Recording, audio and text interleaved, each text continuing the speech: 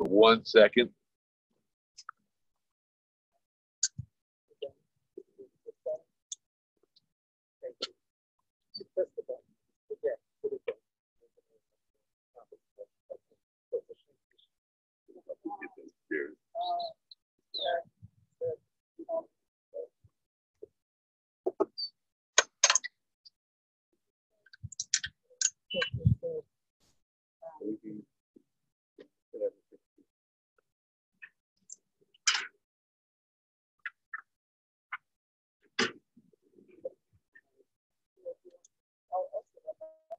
Oh no, it's okay.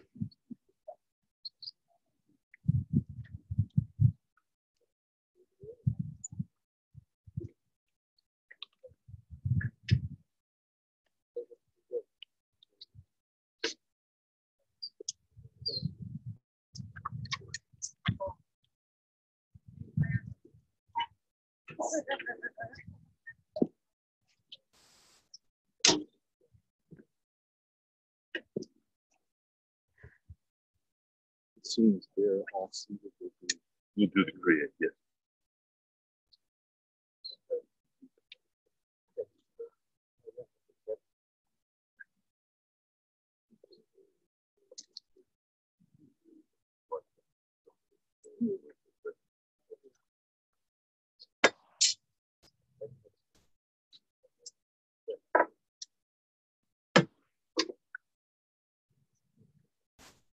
I'm going to ask you this time with the immediate mourners to come over a little closer toward me.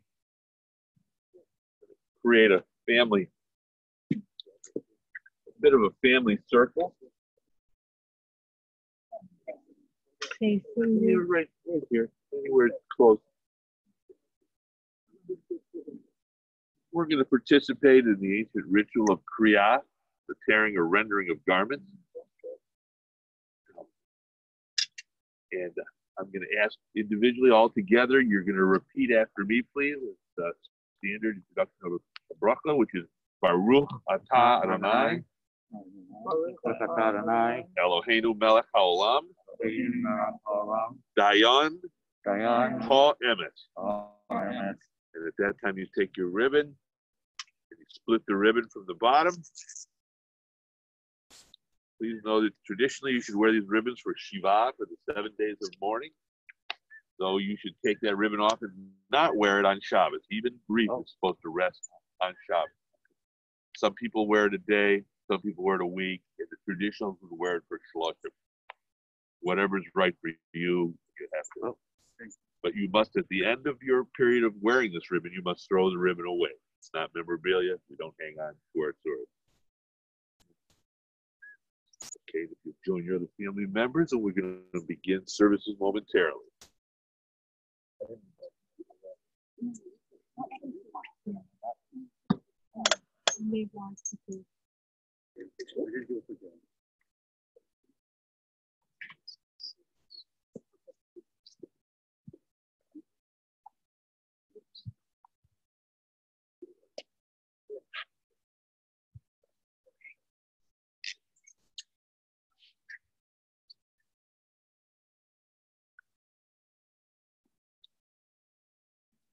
The eye is never satisfied with seeing.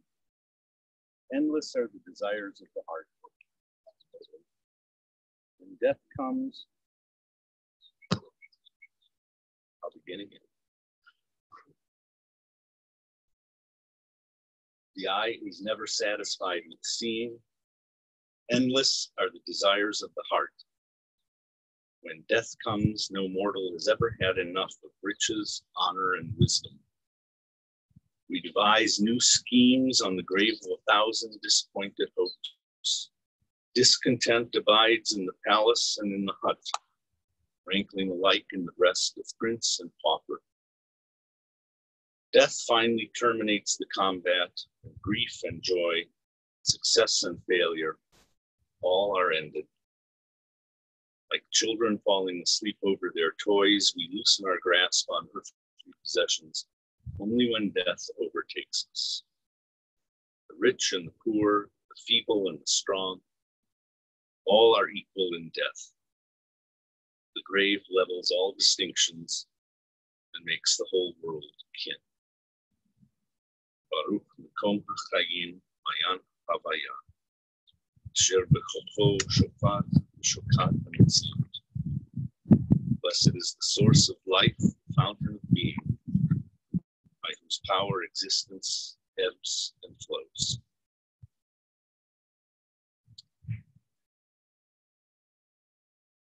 We're gathered here today to honor the life and memory of Judith Carol Schechtman.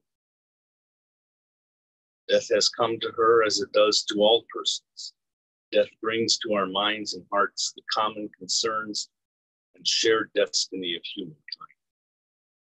We're drawn together by deep felt emotions, and we are reminded of the essential community that lies beneath the many divisions of humanity on earth. Our lives and the lives of our loved ones are rooted in a profound mystery beyond our understanding. In the face of eternity, we are made simple. Though we know our destiny is to tarry but a while, the time of separation brings anguish and grief. May we bear our burden bravely. May we struggle through the darkness with courage to find our way again. Out of the abundant richness of the universal flow, we received a loved one whose end is now come. We shared blessings with her in great and generous measure. From the depths of our hearts, we are grateful for the years of life and joy, her love answering to ours, her companionship responding to ours, brought warmth and gladness to our days. We cherish that love and companionship, though she be gone, and will reverently keep her remembrance in the treasure house of our minds. We seek strength to go our way with fortitude, to do our tasks day by day. Let the memory of our dear one live on in us to inspire service and kindness, and thus endure for a blessing. Above all, may this time of sorrow guide us to a heart of wisdom, to know that all things, great and small, must come to an end of days. Baruch Mikor HaChayim Mayan HaHavaya, Asher B'Chotho Shofat Shokat HaMetziut. Blessed is the source of life, fountain of being, by whose power existence ebbs and flows.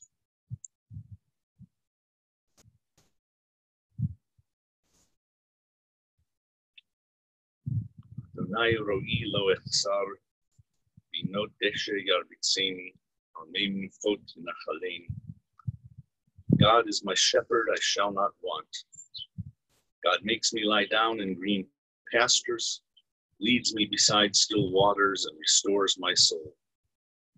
Lead me in right paths for the sake of your name. Even when I walk in the valley of the shadow of death, I shall fear no evil, for you are with me. Your rod and your staff, they comfort me. You have set a table before me in the presence of my enemies. You have anointed my head with oil, my cup overflows. Surely goodness and mercy shall follow me all the days of my life. I shall dwell in the presence of the Eternal forever.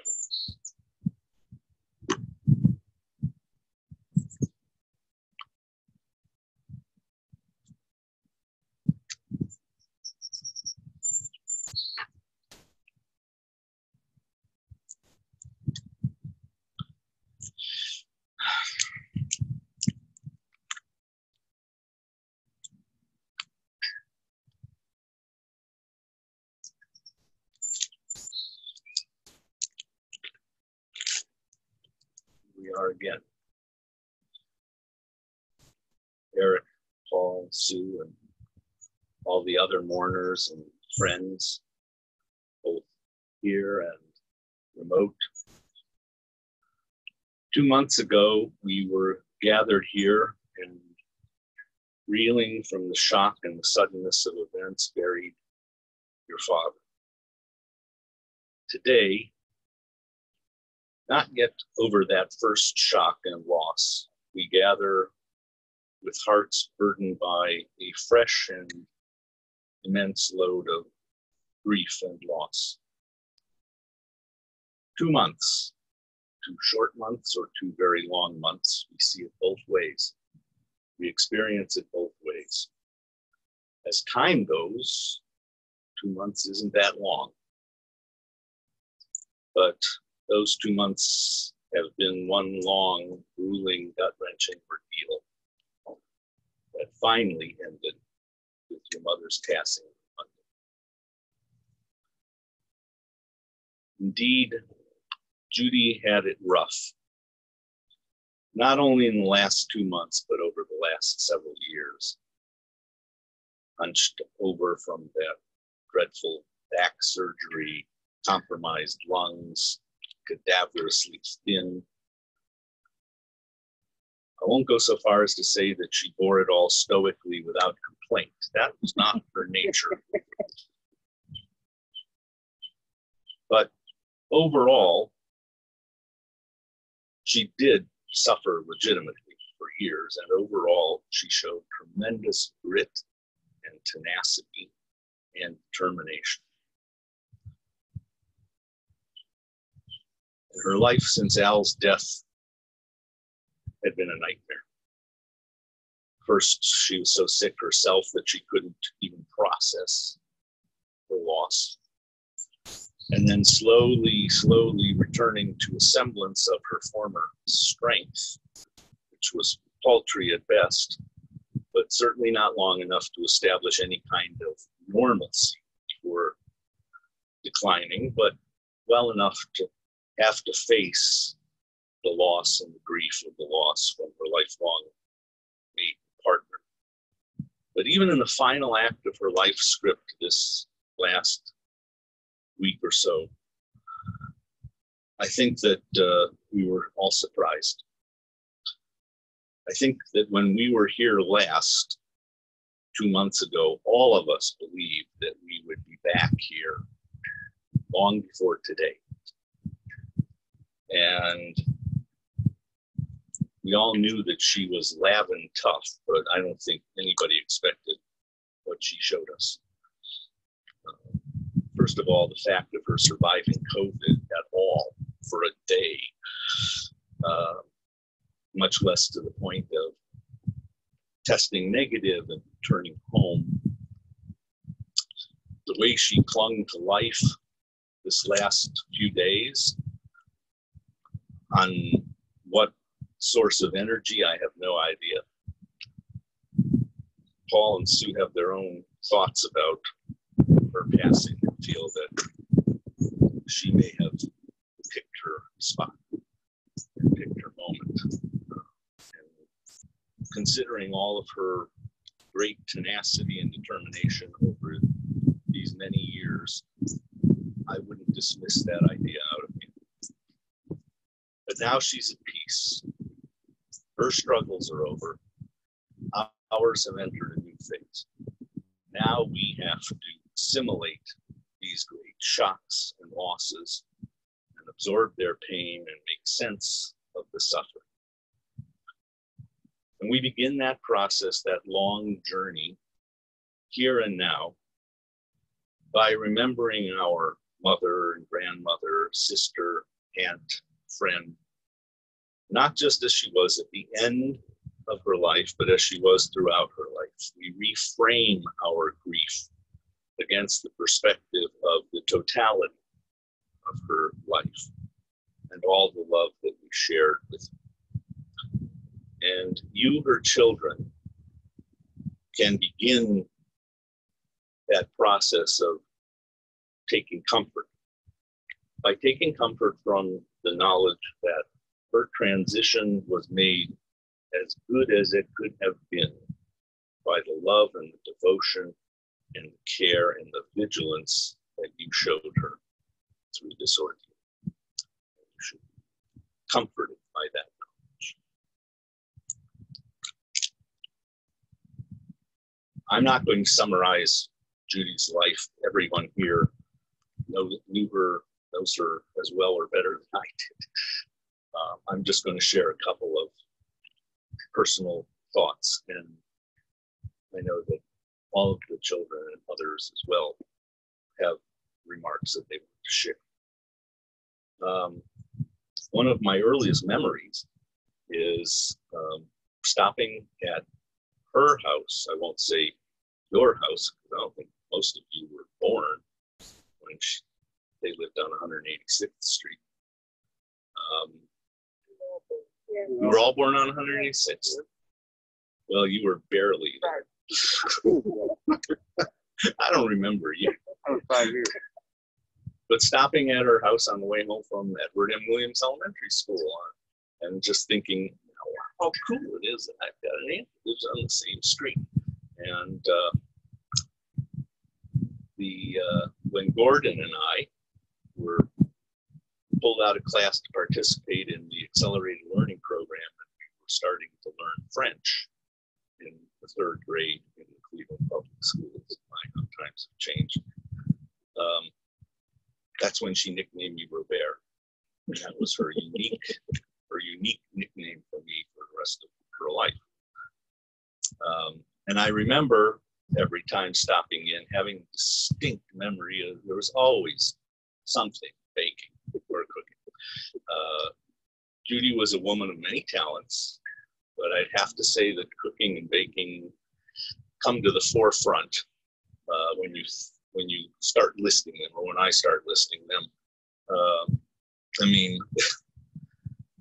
I will always remember the feasts that we had at your house, and that table in the dining room of Harvey Road that was groaning under the weight of plates of brisket, chicken, filter fish, sliced vegetables, and relishes, and 20 other things, depending on what the occasion was, with Rosh Hashanah, Pesach, whatever.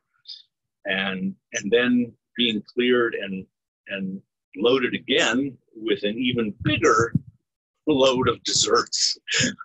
I mean, sponge cakes and the cookies and the brownies and the coconut bars. And I know I'm forgetting everything, but I'm still carrying the evidence.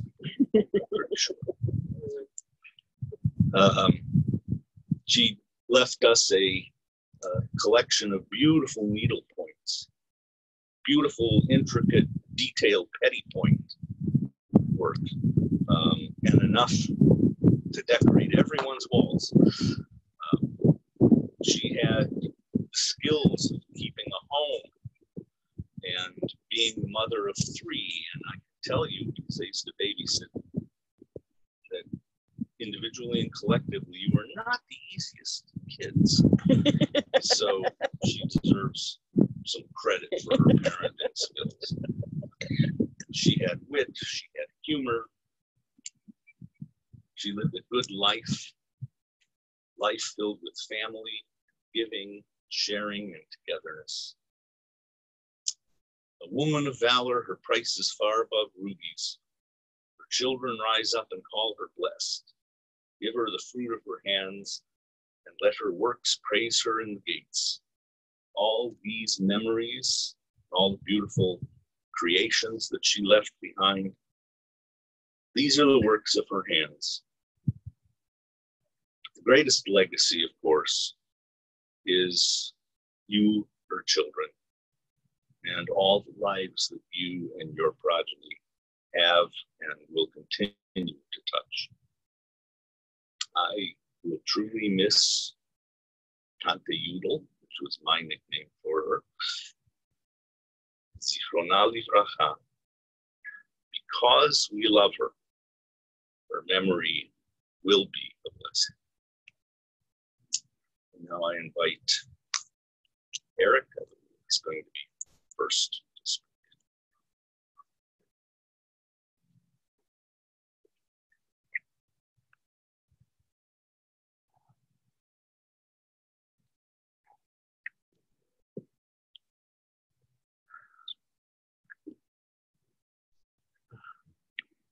It's been a long road. But first, I want to say the hole in my heart is bigger than that one. And I don't know what to do to repair it. Your struggles over the last to 10 years, and most particularly more recently, and certainly in the last days. Wow. You were diagnosed with COVID. Dad was diagnosed with COVID.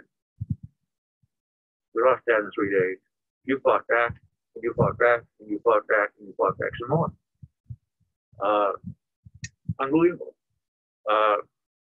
As I was paying cottage for Dad and trying to struggle with that in the COVID era where I can't even be with people, I found a group that they say it was Shlomo, you know, for healing every single day. So every time I was saying, you know, for Darby and Rita, I said Shlomo for Mom, and they said it too, every day for 7 weeks. I have to hope that that helped a little bit. I know there's other factors, but I hope it helped. But the struggle over the last 4 days, the struggles that we came here, that I saw, wow. And my mom is trained to 1,000, but I'm concerned. And just the way this worked out, he held out longer than we thought. We came here, we were here for 4 days. Got to be with Mom for 4 days. And able to say, what we could not do for Dad, we could do for Mom. So they would actually hold her hand, say goodbye, ask for forgiveness, all the things I wanted to do with Dad, couldn't do. I could actually hold her hand. Thank God I could do that. But just seeing her those days, these are seared in my mind. I'll never forget these images. The one thing I now know is you have something that eluded you for a long time, peace. So Mom, you know, when you recovered enough, we could talk on the phone and actually have a real conversation. Just thank God for that. I didn't think that was going to happen. But it did. And the last time I talked to Mom was on a Friday, and the last thing she said to me was Shabbat Shalom. Good Shabbos. And Shabbos was his rest. So now you'll have Shalom, you'll have peace. For that, I will take comfort. All this, the recent, all this occurred during the saddest period of Jewish year. The saddest period of Jewish year. A lot of dates here in my life, in my life. All these dates are connected. So my mother-in-law died 8 years ago on the day we observed the fast of the 17th of Tammuz, which is the beginning of a period called the 3 weeks. These are the 3 saddest weeks in the Jewish year. And to me, that's traditionally where we believe the walls of Jerusalem were breached for the destruction of the temple. And so that breached my wall because I lost my first of the 4 parents. Tisha B'Av is the saddest day of the Jewish year. And that's the day Paul called me and said, come. So in a way, it's sort of apropos. But before he called me, I was with B'nai Yeshua and many who have been with for 7 weeks, 12 times. And the rabbi read a poem, which I think is very appropriate for us in the COVID era. I want to read it now.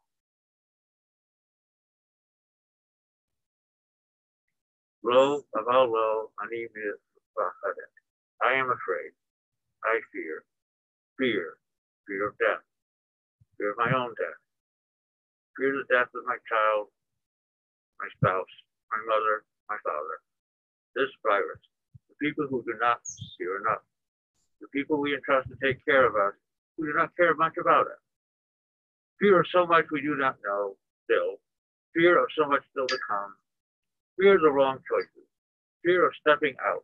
Fear of leaving safe boundaries. Fear that I am paralyzed. Fear of others. Fear of all that could be. Fear that this will never end. Fear that I am irrational. Fear that I'm exactly right. Fear that one small mistake is all it would take. Fear that others' lives are in my hands every time we go out of the door.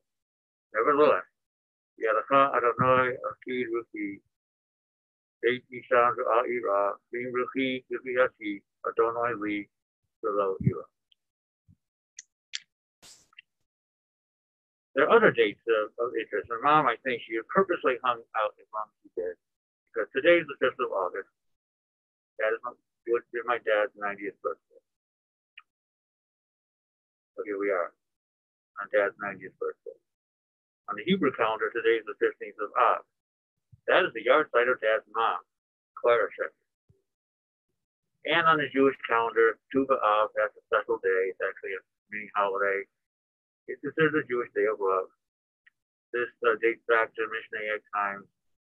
There's some traditions associated with that, but it's come back more recently in Israel, where it's considered Jewish Valentine's Day. So how appropriate that they are reunited on this day. So they'll be forever together starting today. I take comfort in that. Bob mentioned all the wonderful aromas wafting from my house. Kind of even after I left Cleveland, came back, I made sure once I moved back to the east from the west, I would be here Rosh Hashanah Pesach. And I don't think I missed a single Rosh Hashanah since 1986, and maybe one Pesach.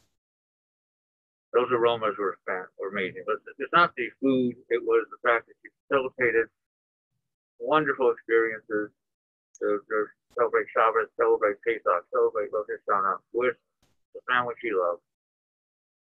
And those are the memories, those are the reasons, those are why I am what I am now. Because of that. For that, Dad wanted, Mom made it happen. So between the two of them, I made it happen, and will be grateful. I am still grateful forever. That's part of why I turned out a little bit like this. Sorry. My mom was not religious, so to speak. She didn't have the education, and so she wanted us to have the education. We would get the education we needed, and then we could do with it what we chose to do with it. But because part of Mom's work career, she was very Jewishly aware with the Jewish community of Cleveland. She worked at the JCC for 14 years. I think most of the people she worked with became her lifelong friends. And she knew things that average people wouldn't know. And then after that, she worked at Mount Sinai. So she knew about the Jewish philanthropy of Cleveland for a lot more than that most people wouldn't know. So the last 7 weeks have been just very difficult. And I got to put some thank yous out there. First one to Paul. Paul's the one who lived here. And certainly over the last recent, really, but even more than that, most of the last 10 years since he moved back to Cleveland, he's been the anchor. He's been the one to help Mom and Dad when they needed it. I wasn't here, she wasn't here. But certainly, in the last week, the dedication that Paul and then when Sue got here, the two of them showed, wow, it's something that just can never be forgotten. The fact that they essentially did a vigil for 4 or 5 straight days, never leaving her side. And Paul is just caressing Mom in a way that just showed how much Paul loves Mom. And wow, it's something, just take comfort in the way that you were these last years, these last months, these last days. You're doing God's work. That's all I can say. Another thank you, this is a strange one, but one of Paul's friends named Ed Weinstein. He's the one who connected me back to B'nai Yeshua here in Cleveland. So because the school I belong to in Washington does not have daily minyanim, I need someplace to go. Zoom, you can go anywhere. So I connected with Rabbi Weiss at B'nai Yeshua the Friday after Shiva ended, and I've been with them ever since. And actually today they did a very nice thing for me. Basically recognizing Mom, recognizing Dad, recognizing Grandma, and it was very moving. And just I extended appreciation to what I don't belong to B'nai Yeshua and I don't live here, but they have been very, very helpful over the last 7 weeks, all of them, and just thank you. I also want to thank my congregation, members of the Church of Israel in Washington, D.C. Even though over Zoom, I have not been able to be at a real minyan since we buried my dad. So this is the first one. And that's been a huge loss because part of the grieving process is you're with a group every day, You get to know each other, you bond with each other. That's not so easy over Zoom. So, and with all the help, all the wonderful wishes that I've been getting from my congregation, from here, from Shira's colleagues, from my friend colleagues, it's helped immensely. So, Mom, you weren't, as Bob alluded, you were the easiest, sometimes easiest person to deal with at times. We had our moments. And I know that I disappointed you many times over all these years. I ask for forgiveness for all that, and now I'm going to do the best I can to make you proud for the rest of my life. So I just thankful that I was your son. I had you and Dad. Thank you.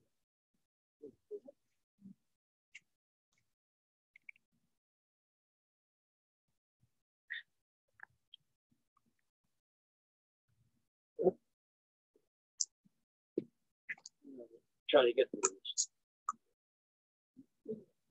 I may bounce around a bit. I want to apologize in advance if I repeat myself. First, it's hard to believe she's gone. It's hard to believe they're both gone. We're all numb. We've been in this facility way too many times in recent years. Somehow this is different. Longtime friends, sisters, brothers, aunts, uncles, fathers, mothers. We've been here for Sue Roth. We've been here for Sandy Arnovitz.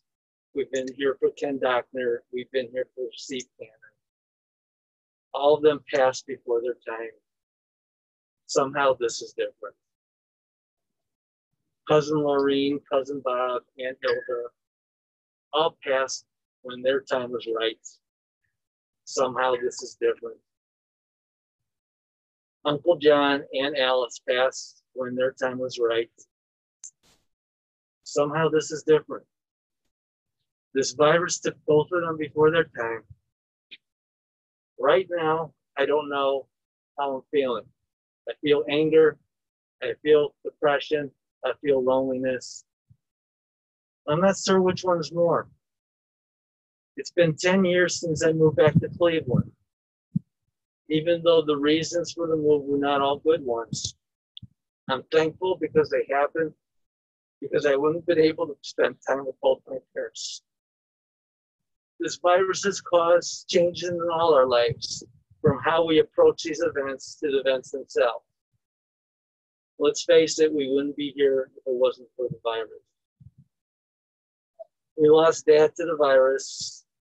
Mom probably got it from Dad, but somehow survived. She survived the first round. She survived the second round. See, she survived 4 rounds, but never fully recovered. In the end, the virus took her too. But not before she gave it all she had, because that was her way.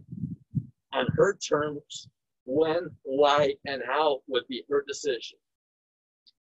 Mine was different. Being in her existence of 11, she never had patience for anything. That was Dad's job. And anything she did it to the extreme. She always wanted to get in, get out, and move on to the next thing. The thing that I remember most is when we were little, and either one of them would give us baths, we all wanted Dad. Mom did it, the ears would come down to here, she would scrub for them, out. But that was Mom. And probably, quite frankly, it was Lavin. Over the years, when I knew that we wouldn't have them along much longer, I just jotted down notes. Every time I thought of something, I would jot it down. So these are notes I've been compiling, just thoughts of who Mom was and what made her what she is. This is by no means in any order, just reflections. It means different things for different people.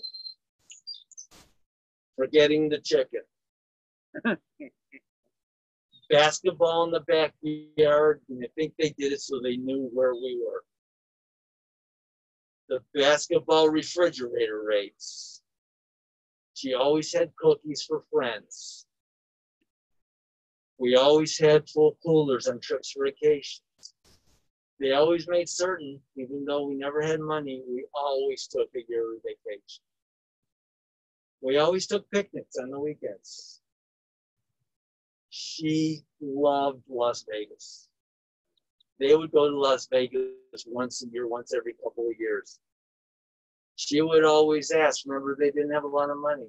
Alan, do you have any money? Oh yeah. And then when we closed down the shop, the house, we knew Dad was a squirrel. He had money in more places than you would ever imagine. Her family was the most important to her. Holidays were important to her. She had obsessions: baking, calligraphy, needlepoint, crocheting, beading. When she was at the apartment, she did the attendant association minutes, and it had to be absolutely perfect. She was always concerned with her weights, even when we knew she didn't weigh enough. And she always kept her sisters in high regard. Her sisters could do no wrong. She always loved to read. She worked at the JCC so she can be home for lunch for us. I remember going to Pick and Pay every Friday and come out with two full shopping carts of groceries. But then we always had to go to Heinen's for like 5 cents. She was awake. All three of us delivered the plane dealer. And then at that time, you had to have the planes when we were done by 6:30 in the morning. She was always awake. We did our paper route, and when we came back, breakfast was ready for us. She always tried to be with us for every birthday, every event, even though we lived out of town, making whatever she could, whether it was chocolate or invitation calligraphy, for all the bar and bat mitzvahs.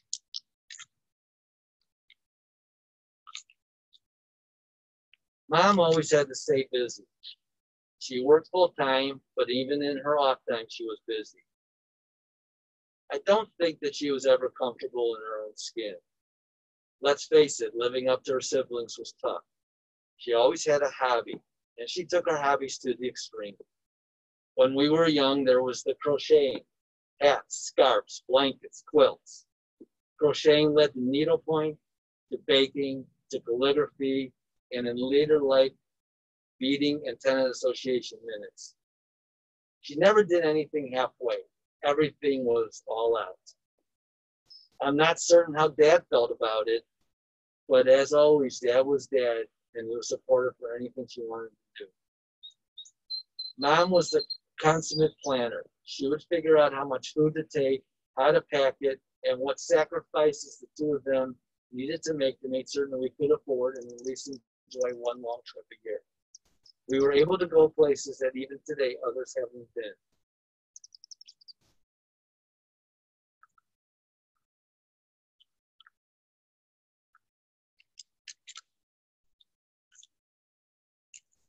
Can't even use your mouth with this mask on. I really think Mom was most happy taking care of 3 kids under the age of 5 before she turned 24. She would talk about those things all throughout her life. The second thing she was most proud of was being in the kitchen for Jewish holidays. Of course, she would kvetch that it took her 3 months to prepare. And the day of, she loved it, especially the baking, cookies, cakes, pastries, and especially Uncle Neal's favorite coconut bars. You guys have the aroma in your minds of cookies. I have the aroma of liver, because we would sit there grinding the liver to make the chopped liver. Oh. But I think making holidays, Friday night Shabbat dinners for the Schechtman clan, made her proudest and happiest. This day is perfect for Mom. Mom loves being outdoors. She loved her flower gardens at Harvey Road, looking out the kitchen window at the lilies, hydrangeas, and the rest of the flowers. Harvey Road was a great place to grow up. Mom and Dad made it fun between the swing, the pond, the pool, the sandbox, the hoop, the backyard. We loved growing up there. This past week, of course, was real hard for Mom. Alert and determined to the end. Every moment that Mom was awake, she was determined to go home. Every time she would be awake, when her eyes looking at you, you knew what you wanted was help. Susie and I looked at it. She had the smallest eyes I've ever seen in my life. Just big. But when they looked at you,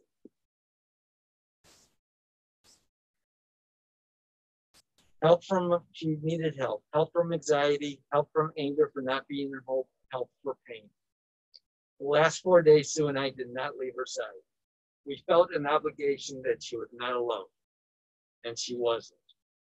Each time that she would wake up, we were there to ease the pain, to comfort if we can, to keep her hopes and spirit up. And quite frankly, Dad was alone when he passed.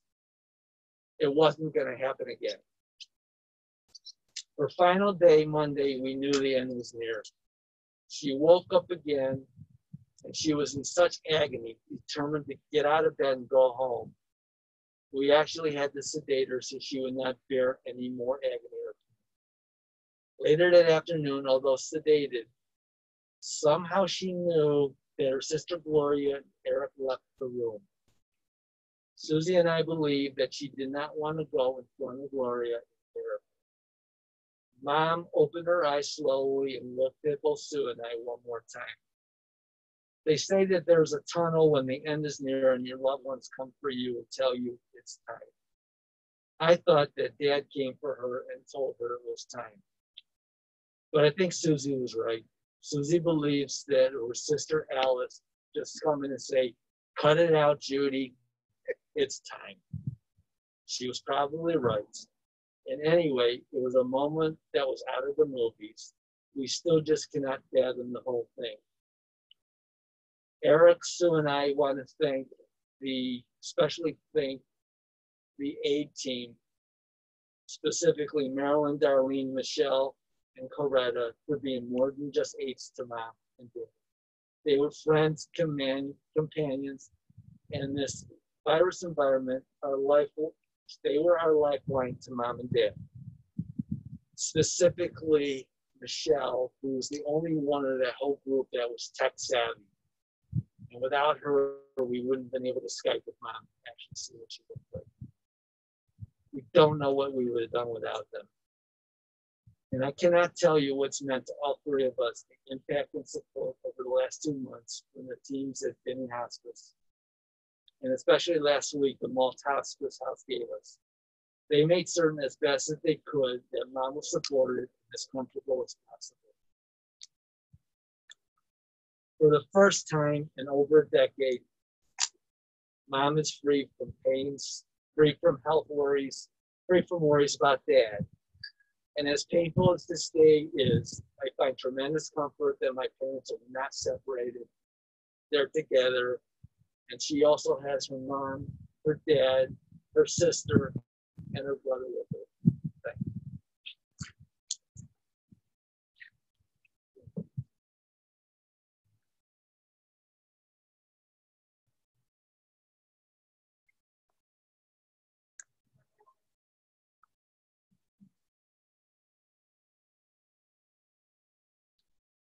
Bringing the friends who were always represented that the bed was made in the apartment.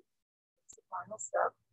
And they were with us at the end at hospice. So that's why they're here too. And here we are again. I counted 9 weeks on the calendar. Somebody else said 7. I don't know. It's all just unthinkable. Happy 90th birthday, Dad. To our dearest mom, AKA Judith Carroll, when she was in trouble. Doodle was the name her beloved siblings gave her. Aunt Judy, Grandma, or just plain Judy. Her name in any form will always be the first definition next to the word resilient. with a capital J. For writers and psychologists of today who talk about grit, they did not know Judy. She was the epitome of put your 2 feet down and go, feisty, driven and defiant, in pursuit of what mattered most, taking care of Dad, her children, her family, her home, her flowers, always taking the path of honesty and integrity at work and at home. She would call you out on any deviation from her expectations from little to big. Oh, Alan, you're wearing that? For the last 10 years, Mom has been in chronic back and leg pain at a level that would have stopped most in their tracks. Not Judy. She somehow planted those feet on the floor every day, pain or no pain, and off she went, down the hall, doing too much, resting too little, but always in control to do it her way. Even the last days, when we forced the stay at hospice, she let us know, excuse me, I'm out of here. When she no longer had a voice, her eyes said it all. They were not Betty Grable eyes. They were, home. We still don't know exactly what she was seeking outside of the belief that home meant health. But so grateful she stayed at hospice and received kind, gentle care, just like she did from Marilyn, Darlene, Coretta, and Michelle, our Myers superstars, who also served as critical companions and lifelines of information we had to see during the COVID lockdown. But let's take a moment and think about life before 2010 and her back surgery.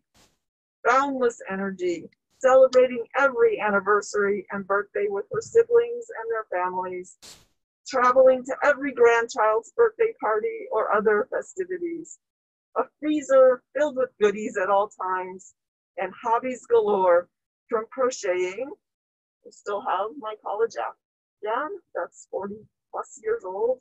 I still have the boys' blankets from when they were babies, cake decorating, needlepoint, embroidery, calligraphy, and even trying a weekly offering of baked goods at the local farmer's market.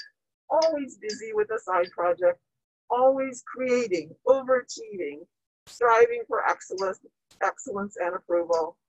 Plus, always a clean house, ironed clothes, ironed sheets, ironed underwear, and never a dish left in the sink overnight. Ashanda. She and Dad married in 1955, and she loved being a bride in her own home, a place that was just theirs. The walls sparkled and the floors were always buffed. She loved being a young mother of 3, having her sister Gloria down the road, and beginning the journey of creating a Jewish home. Soon to come were weekly Shabbat dinners for at least a dozen people, Rosh Hashanah and Passover for 15, 25, who knows. Each holiday took months of planning and preparation, and she loved hosting a house full of people. Each year surpassed the last with tradition, celebration, honor, and love. I remember cleanup duty with Grandma Lavin and Mom, filled with stories, lessons learned, and giggles. To this day, I wash and dry silverware in exactly the same way my grandmother did. Nothing was store-bought. Everything was homemade. For Shabbat, each Thursday afternoon, Grandpa Schechtman brought the kosher kitchen. After dinner that night, Mom began Shabbat prep. Challah, chicken, kugel, strudel. The kitchen always smelled wonderful. So I thank you, Mom. Thank you for serving as a role model to be who you are, honest and forthright with as little BS as possible. Thank you for being my friend, my teacher, my supporter. Thank you for listening during critical moments and guiding decision-making. Thank you for paving the way for me to be strong, self-sufficient, and fiercely independent. I too spot the phonies a mile away. I too am always listening to those around me.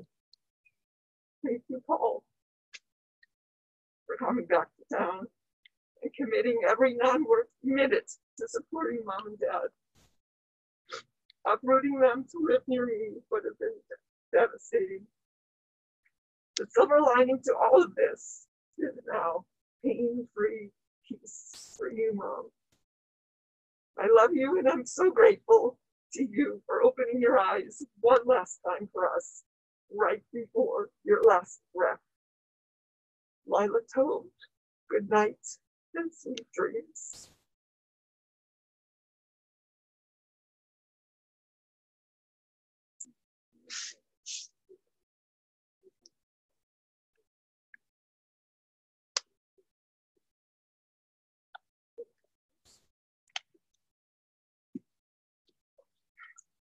For those of you who don't know me, I'm Susan's husband, Scott, Judy and Ellen's son-in-law. Although I've never felt like an in-law. I've never been treated as an in-law by them or by any of you. I've been welcomed into this family as a full-fledged member. And it's been an honor to be a part of this family. Our sons, Ben and Jeremy, are watching from their respective homes right now in Greater Boston and Philadelphia. And they sent me some notes last night that they asked me to share with all of you this morning. Boy, it's hard to, it gets masked up. Yeah, fogged up. I'll do the best I can. Take the mask off. Can I take the mask down? Does that bother anybody? Yeah, you're. Thank you. Thank you. Today we remember our grandma. Today also would have been Grandpa's 90th birthday. We want to share some of our fondest and funniest memories about the person he loved for almost 6 decades. Someone who loved us unconditionally for the better part of 3. Even when we were little kids, Grandma treated us as full human beings with agency. When our grandparents stayed with us, the few times our parents went off somewhere, she helped out with every little thing. Ben remembers her holding a flashlight over his face while Grandpa put in his orthodontic headgear. She was an honored guest in our house, just as we were honored guests in hers every August. In her house, of course, she got to decide how the dishwasher was organized and what played on the kitchen TV, MSNBC. Because of Grandma, we've eaten enough grapes and cantaloupe for several lifetimes. Grandma let us watch movies she liked, even if they weren't exactly age appropriate. James Bond, Secondhand Lions, Dodgeball, Talladega Nights, The Simpsons movie, Airplane. We weren't alive for Grandma's most famous cakes, but we sure knew about her needlepoint, calligraphy, crochet. She was constantly creating and giving away her creations. She had a stapled packet of papers. It must have been dozens of pages that listed everyone's birthday, anniversary, minor holiday. She never missed one. Grandma always asked what we had been reading, talking, thinking, and learning about. She wanted us to stay constantly engaged. One time when Jeremy was in high school, he told her that he was midway through Dickens' Great Expectations, but that it was slow going, struggling through it. She raised her eyebrows. Struggling? That's not a hard book, Jeremy. Grandma didn't like whispered conversations, especially ones in the backseat of the car on the way home from the airport. She wanted us to talk aloud about our feelings, to be unafraid, and take up space. Grandma had good politics, and she wouldn't pass up the chance to let you know. She was plugged in and raising consciousness for 5 decades before it was cool. She never let us forget how lucky we were, growing up with more than we needed, and we'll always be grateful to her for teaching us humility, empathy, compassion, how to care fiercely for other people, to always be honest and have integrity, just like she did, and of course, to always keep our ears open.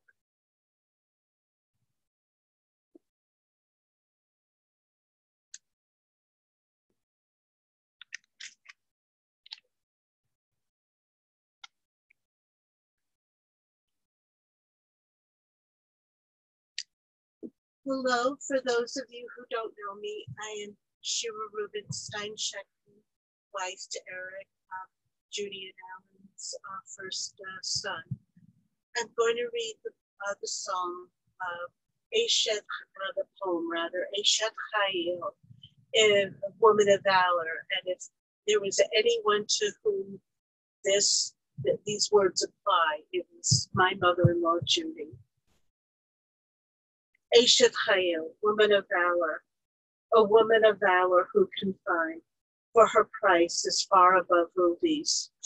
The heart of her husband safely trusts in her, and he has no lack of gain. She does him good and not evil all the days of her life.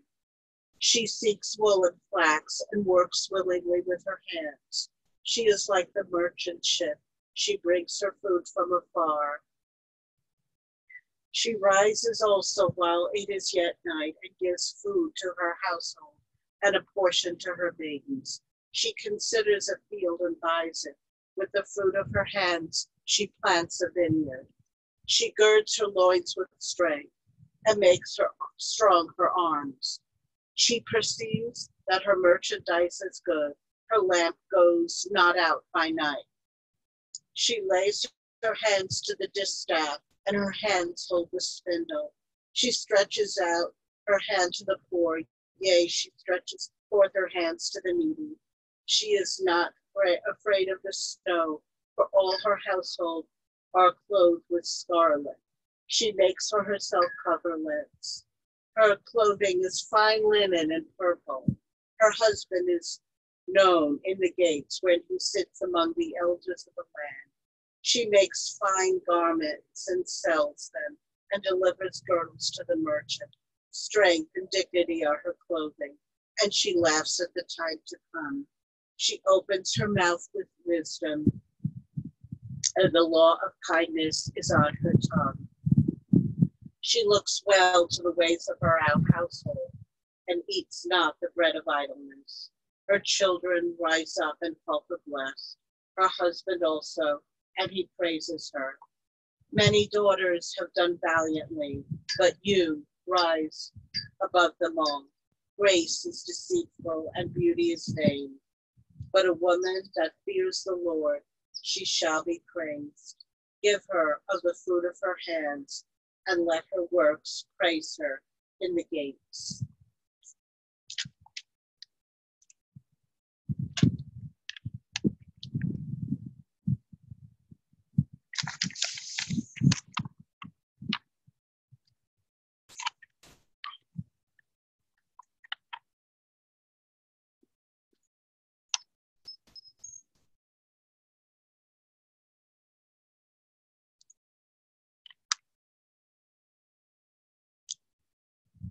Shabbat Adonai Lemekti Tamid. I have set the eternal always before me. The eternal is at my side, I shall not be moved. Therefore does my heart exult and my soul rejoice. My being is secure.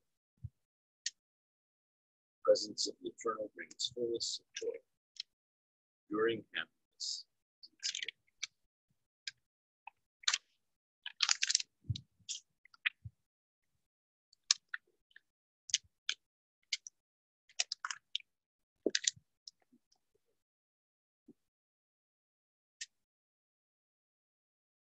El Malay Rachamim Sochein Gamromim Am Sebenucha Nechona Akantrei Hashachina Na'alot Hiroshim Udhorim Kizohar Harakia Matirim Et Nishmat Yetzobam Binyamin Rachel Sehocha L'olama Bavur Tenhu Zraka De'ad HaSharash Nishmasa Began Eden Tehaven Ufasa V'chein Ba'al HaRachamim Yaskireha His heart takes there, but not Olamim.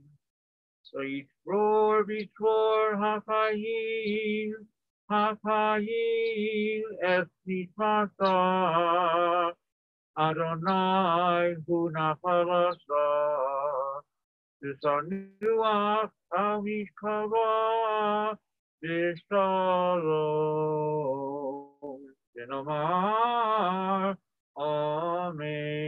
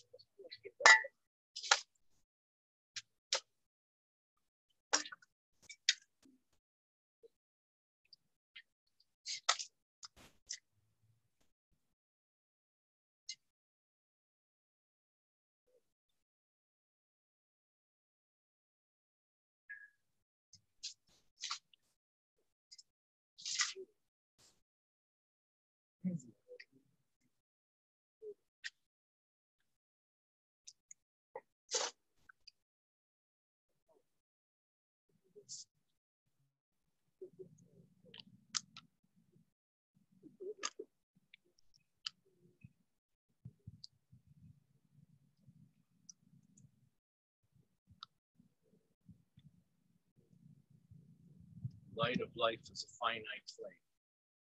Like a candle, life is kindled, it burns, glows, gives off beauty and rays of warmth.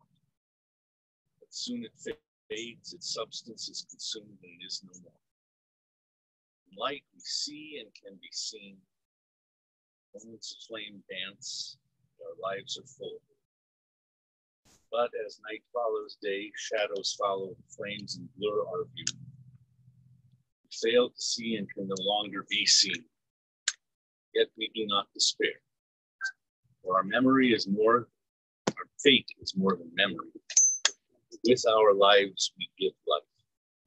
We are links in the eternal chain of darkness and death, of light and light. We conclude our ceremony with the recitation of Kaddish.